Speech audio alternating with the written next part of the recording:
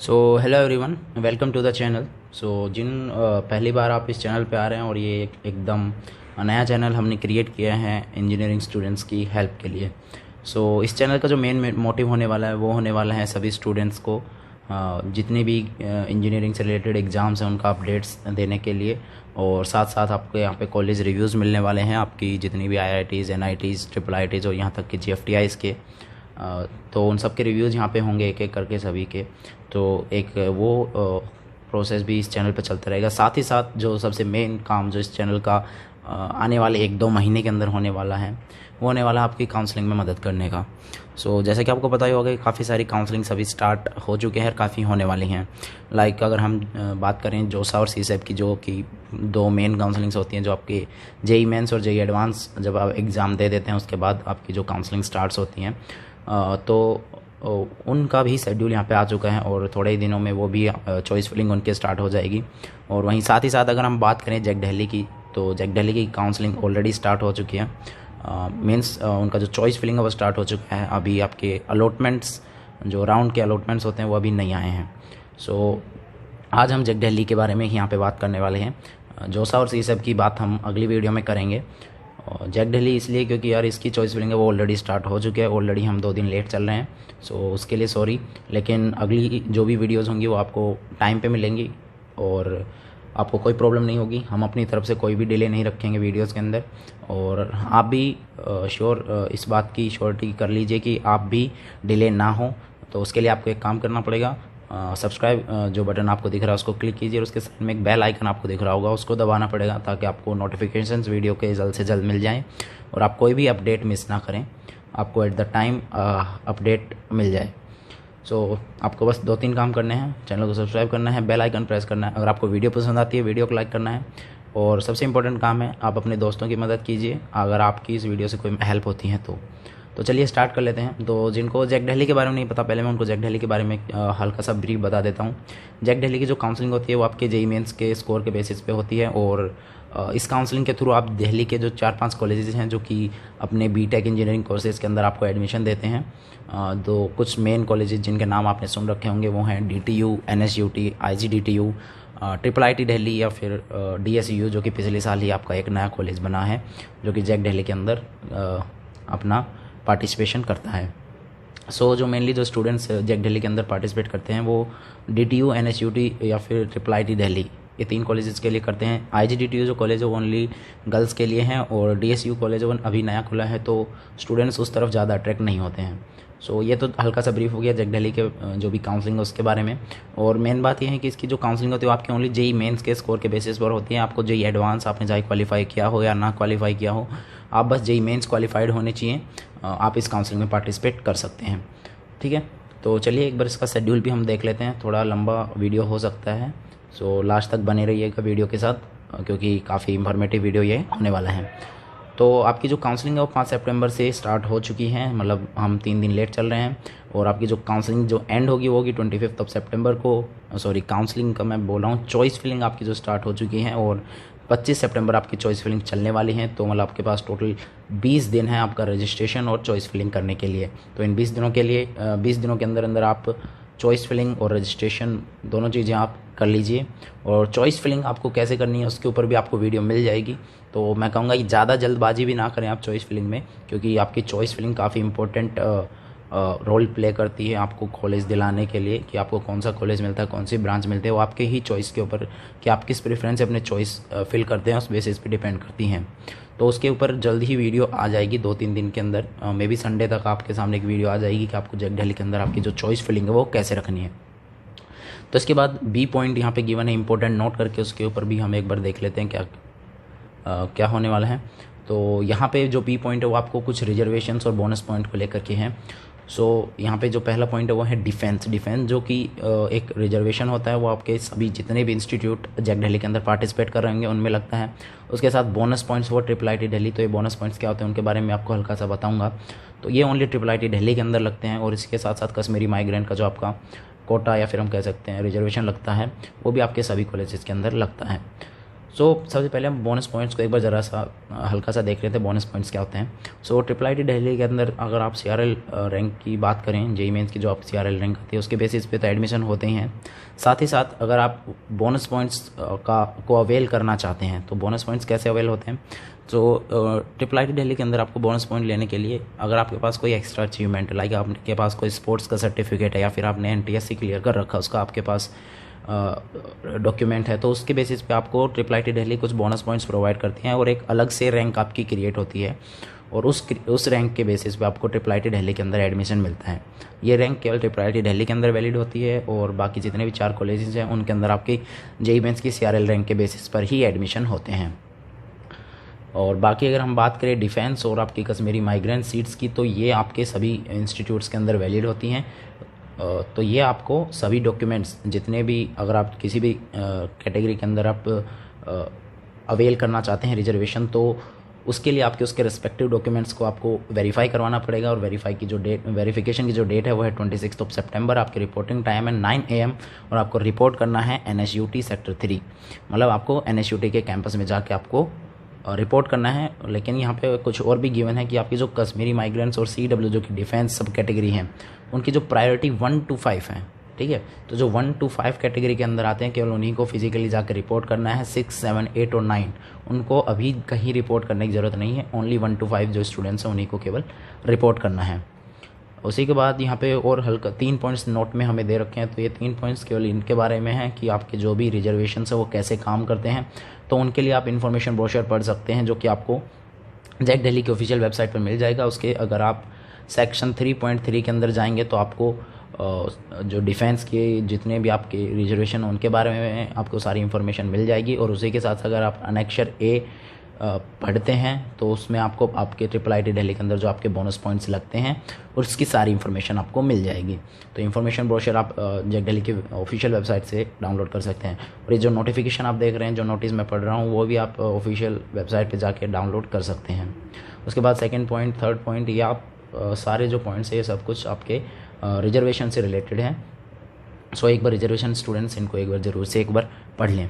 इसके बाद अगर हम C पॉइंट पे जाएं तो C पॉइंट आपके काउंसलिंग शेड्यूल के बारे में कि आपके जो राउंड्स हैं, जो कि अलॉटमेंट राउंड्स हैं, उनका रिजल्ट कब कब आने वाला है। सो जो डिक्लेरेशन होने वाला है फर्स्ट राउंड का वो हो जाएगा आपको 28 सितंबर दोपहर 2 बजे के बाद। और इसमें थोड़ा डिले भी हो सकता है, 2 का 3 या 4 भी हो सकता है, लेकिन आपका 28 सितंबर को फर्स्ट राउंड का अलॉटमेंट हो जाएगा। और सीट अलॉटमेंट होने के बाद जिन लोगों को फर्स्ट राउंड में सीट मिलती है उनको सबसे पहला काम यही करना है कि उनको सीट एक्सेप्ट करनी है। जो भी सीट उनको मिली है, चाहे उनकी मनपसंद हो चाहे ना हो, लेकिन उनको सीट एक्सेप्ट करनी पड़ेगी। सीट एक्सेप्टेंस फी आपको पे करनी है। और जिस इंस्टीट्यूट के अंदर आपको वो सीट मिली है वहाँ आपको फिजिकली रिपोर्ट करना है। और जो रिपोर्टिंग टाइम है वो आपका सुबह 10 से शाम 4 बजे तक का होता है। तो इस टाइम के अंदर आपको रिपोर्ट करना है आपके रेस्पेक्टिव कॉलेज के अंदर जहाँ पे आपको सीट मिली है, ठीक है। जिन लोगों को सीट नहीं मिली है वो अगले राउंड में जाएंगे, लेकिन जिन लोगों को सीट मिल गई है उनको सबसे पहले सीट एक्सेप्टेंस फ़ी पे करना नेसेसरी है। अगर आपको सीट आपको मनपसंद नहीं मिली है तो भी आपको अपनी सीट एक्सेप्टेंस फ़ी पे करनी पड़ेगी। फिर उसके बाद में आप उसको चेंज कराने का प्रोसेस होता है, लेकिन सीट एक्सेप्टेंस फ़ी पे करना बहुत ज़रूरी है। लेकिन अब यहाँ पे रिपोर्टिंग टाइम है वो सबके अलग अलग हैं, तो आप अपना रिस्पेक्टिव रिपोर्टिंग टाइम देखकर ही इंस्टीट्यूट के अंदर रिपोर्ट करेंगे।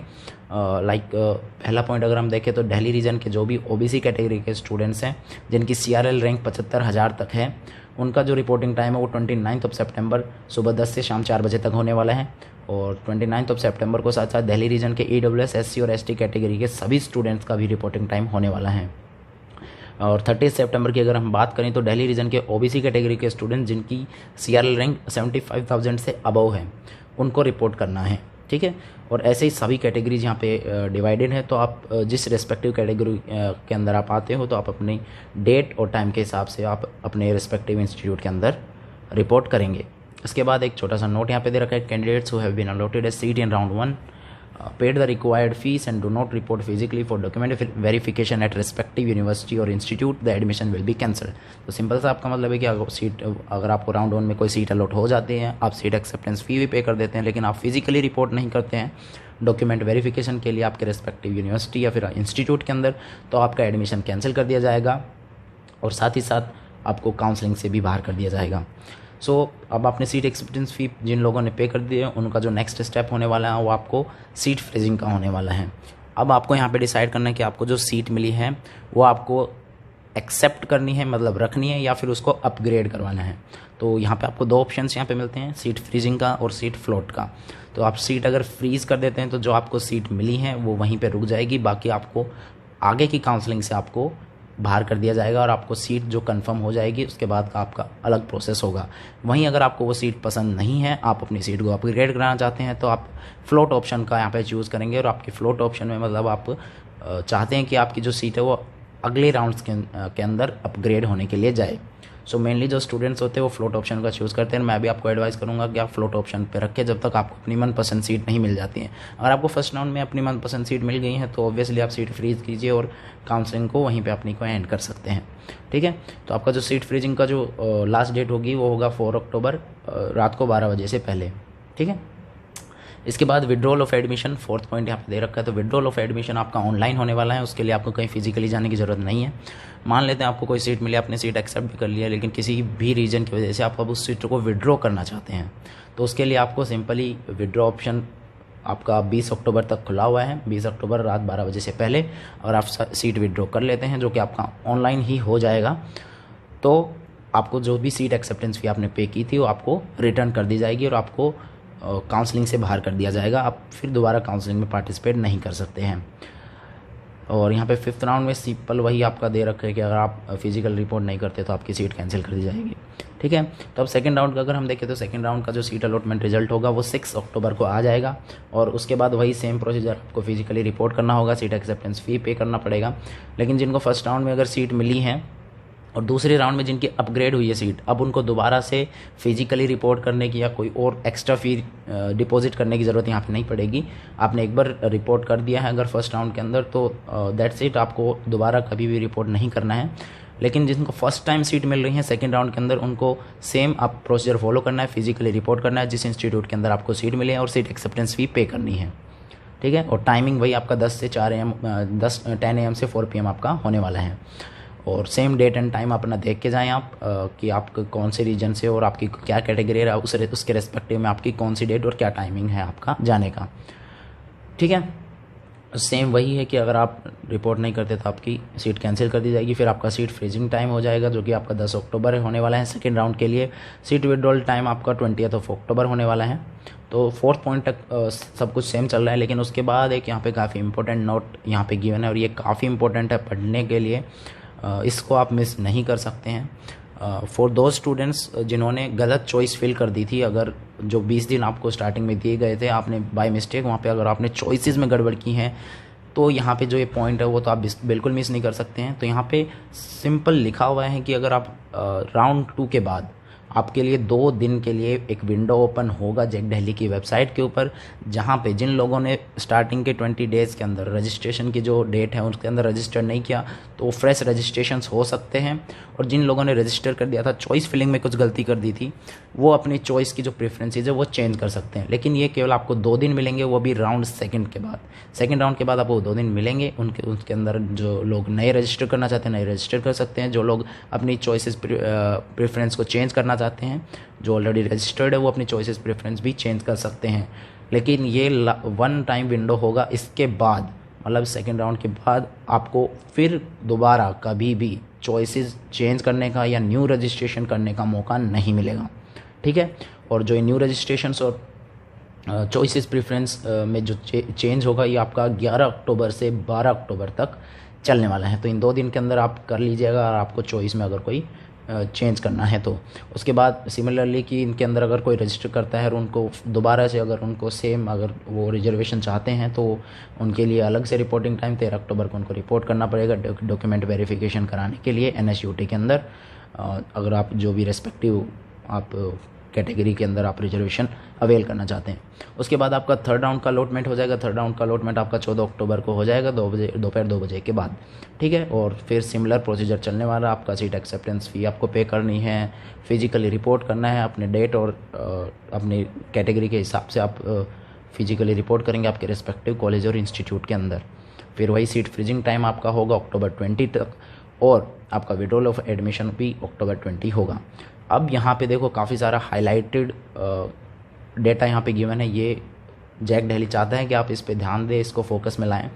तो ये 3 लाइन्स आप 3 पॉइंट जो गिवन है ये आप अच्छे से पढ़ लीजिए। तो लास्ट डेट ऑफ विड्रॉल, आपकी एडमिशन विड्रॉल करने की जो लास्ट डेट होगी, आपको ऊपर 3 राउंड में अगर कोई भी सीट मिल चुकी है, अगर आप अपना एडमिशन विड्रॉ कराना चाहते हैं तो 20 अक्टूबर तक आप अपना एडमिशन विड्रॉ करा सकते हैं। और एडमिशन विड्रॉ कराने पर आपने जितनी भी सीट एक्सेप्टेंस फ़ी पे की थी कंप्लीट आपको रिफ़ंड मिल जाएगी। लेकिन बाई चांस अगर आप 20 अक्टूबर तक विड्रॉ नहीं करा पाते हैं और उसके बाद अगर आप विड्रॉ कराते हैं अपना एडमिशन, तो आपको कोई भी फ़ी रिफ़ंड नहीं की जाएगी। आप विड्रॉ करा पाएंगे लेकिन आपकी जो भी फ़ी होगी वो रिफ़ंड नहीं की जाएगी। तो ये काफ़ी इंपॉर्टेंट चीज़ थी, तो इसको आप ज़रूर से एक बार नोटिस में लाएं। इसके बाद आपका 4th राउंड का रिजल्ट आएगा। 4th राउंड का रिजल्ट का कह रहा हूँ, अलॉटमेंट रिजल्ट आएगा। अलॉटमेंट रिजल्ट आपका 21 अक्टूबर को आएगा। तो मतलब 4th राउंड से पहले ही आपके विड्रॉ हो सकते हैं। अगर 4th राउंड के अंदर चले जाते हैं उसके बाद अगर आप विड्रॉ करते हैं अपना एडमिशन, तो आपकी सीट एक्सेप्टेंस फ़ी आपको वापस नहीं की जाएगी।